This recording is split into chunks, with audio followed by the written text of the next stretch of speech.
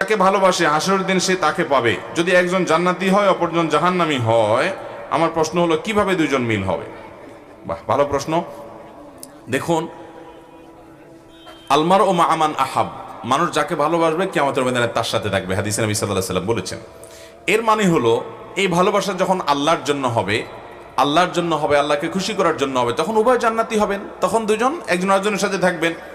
আর যদি ভালোবাসাটা আল্লাহর জন্য না হয়, দুইজন আল্লাহওয়ালা না হয়, তাহলে সেক্ষেত্রে এই হাদিস প্রযোজ্য না। এই হাদিসের উদ্দেশ্যই হলো কোনো মানুষ যদি একে অন্যকে আল্লাহর জন্য ভালোবাসে, তার মানে দুইজনই নেককার, তাহলে তারা দুজনেই জান্নাতে থাকবে পরস্পরের সাথে।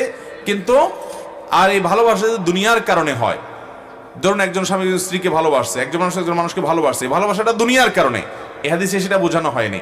বোঝানো হয়েছে আল্লাহর খাতিরে যদি ভালোবাসা হয়, তাহলে সেক্ষেত্রে যাকে আল্লাহর খাতিরে ভালোবাসবে উভয়কে আল্লাহর জন্য ভালোবাসার জন্য জান্নাতে থাকবে।